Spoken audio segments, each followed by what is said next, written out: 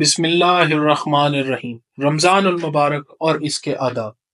یہ جھوٹ، غیبت، گالاں گلوچ جیسی تمام بری باتوں کے خلاف ڈال ہے۔ روزہ میرے لیے اور اس کا اجر بھی میں خود ہی دیتا ہوں۔ ارشاد ربانی۔ اللہ تعالیٰ قرآن کریم میں فرماتے ہیں، اے ایمان والو، روزے جس طرح تم سے پہلے لوگوں پر فرض کیے گئے تھے تم پر بھی فرض کر دیے گئے ہیں تاکہ تم پرہیزگار بن جاؤ۔ رمضان کا مہینہ وہ ہے جس میں قرآن مجید نازل کیا گیا، جو لوگوں کے لیے سراسر ہدایت ہے، اور اس میں لوگوں کی رہنمائی کی باتیں ہیں، اور غلط اور صحیح کو الگ الگ کر دینے والی صاف اور واضح باتیں موجود ہیں۔ سو تم میں سے جو کوئی اس مہینے میں موجود ہو، اس پورے مہینے کے روزے ضرور رکھے۔ حضرت سلیمان فارسی رضی اللہ تعالی عنہ سے روایت ہے کہ ماہ شعبان کی آخری تاریخوں کو رسول اللہ صلی اللہ علیہ وآلہ وسلم نے ہم کو ایک خط دیا۔ اس میں آپ صلی اللہ علیہ وآلہ وسلم نے فرمایا، اے لوگو، تم پر ایک برکت والا مہینہ سایہ افکن ہو رہا ہے۔ اس مبارک مہینے کی ایک رات شب قدر ہزاروں مہینے سے بہتر ہے۔ ایک مہینے کے روزے اللہ تعالیٰ نے فرض کیے ہیں، اور اس کی راتوں میں بارگاہ خداوندی میں کھڑا ہونے یعنی تراویح پڑھنے کو نفل عبادت مقرر کیا ہے، جس کا بہت بڑا ثواب رکھا ہے۔ جو شخص اس مہینے میں اللہ کی رضا اور اس کا قرب حاصل کرنے کے لیے کوئی غیر فرض عبادت اللہ کی رضا اور ثواب حاصل کرنے کے لیے افطار کرے تو اس کے لیے گناہوں کی مغفرت اور آتش دوزخ سے آزادی کا ذریعہ ہوگا، اور اس کو روزہ دار کے برابر ثواب دیا جائے گا، بغیر اس کے کہ روزے دار کے ثواب میں کمی کی جائے۔ آپ صلی اللہ علیہ وآلہ وسلم نے عرض کیا کہ یا رسول اللہ صلی اللہ علیہ وآلہ وسلم، میں اس ہر ایک کو تو افطار کرنے کا سامان میسر نہیں ہوتا، تو کیا غربا اس ثواب سے محروم رہیں گے؟ آپ صلی اللہ علیہ وآلہ وسلم نے فرمایا،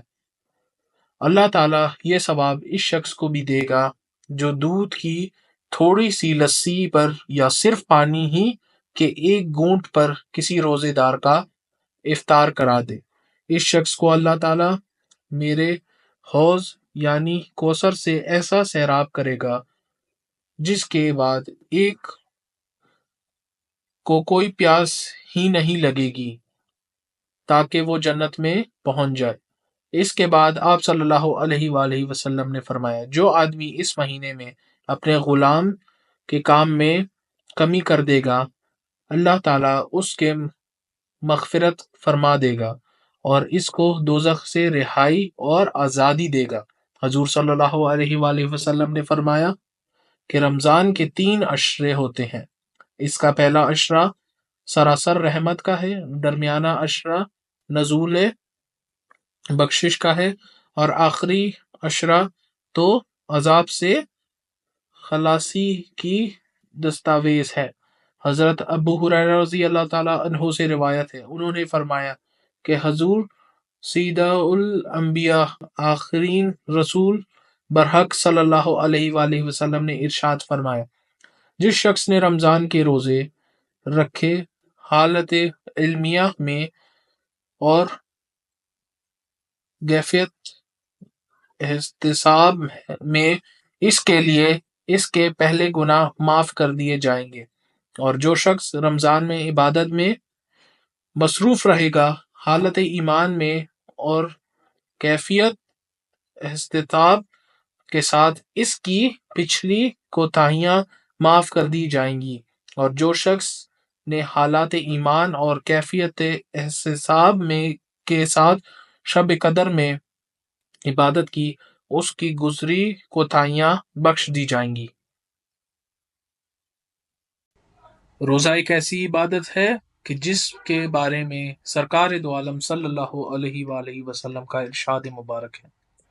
کہ اللہ تعالیٰ فرماتے ہیں، روزہ میرے لیے ہے اور اس کا اجر بھی میں خود ہی دیتا ہوں، یعنی یہ اللہ اور اس کے بندے کا براہ راست معاملہ ہے کہ بندہ اللہ تعالیٰ کے حکم کی پیروی میں تمام دن کہنے پینے اور نفسانی خواہشات سے رکا رہتا ہے اور اس کے ان آداب کی پوری پابندی کا خیال و احساس رکھتا ہے اور ان پابندیوں کے متعلق اپنے دن رات گزارنے کی کوشش کرتا ہے تو یقیناً اللہ تعالیٰ اس کا اجر خود ہی عطا فرماتا ہے۔ ایک اور حدیث مبارک میں ارشاد فرمایا، روزہ آدمی کے لیے ڈھال کا کام دیتا ہے۔ حضرت ابو ہریرہ رضی اللہ تعالیٰ عنہ سے ہے کہ جب یہ ارشاد فرمایا تو عرض کیا گیا، اسے کسی کے ساتھ پڑھا جا سکتا ہے؟ ارشاد فرمایا، جھوٹ یا غیبت کے ساتھ، یعنی روزے کی حالت میں جھوٹ، غیبت، گالم گلوچ، لڑائی جھگڑا اور دوسری اس طرح کی بری چیزوں اور بری باتوں سے سختی کے ساتھ معاند کیا گیا ہے۔ حدیث مبارک میں ہے کہ جس کسی نے روزے کی حالت میں بری بات کہنا اور اس پر عمل کرنا نہ چھوڑا تو اللہ کو اس کے بھوکے پیاسے رہنے کی کوئی ضرورت نہیں ہے۔ اگر کوئی روزہ دار روزے رکھنے کے بعد میں فسق و فجور، لڑائی جھگڑا، گالم گلوچ، فحش گوئی یا دوسری اس طرح کی باتوں سے نہیں رکتا تو یہ اس کا روزہ ہی نہیں ہے بلکہ یہ اس کا فاقہ بن جاتا ہے جس کا اللہ تعالیٰ کے احکام کے ساتھ کوئی تعلق نہیں ہے۔ ایک اور حدیث مبارک میں ہے کہ روزہ صرف کھانے پینے سے رکنے کا نام نہیں ہے بلکہ روزہ تو لغویات اور بری باتوں سے بچنے کا نام ہے۔ حضرت عبداللہ بن مسعود رضی اللہ تعالی عنہ سے روایت ہے کہ جس کے اعضاء حرام کاموں سے نہیں رکتے اس کو میری خطرناک کھانے اور نہ پینے کی کوئی ضرورت نہیں ہے۔ جس طرح زبان کو فحش گوئی، غیبت اور جھوٹ سے بچانا ضروری ہے، اسی طرح انسان کے دوسرے اعضاء آنکھ، کان، ناک، ہاتھ، پاؤں کو بھی برے افعال سے بچنا ضروری ہے۔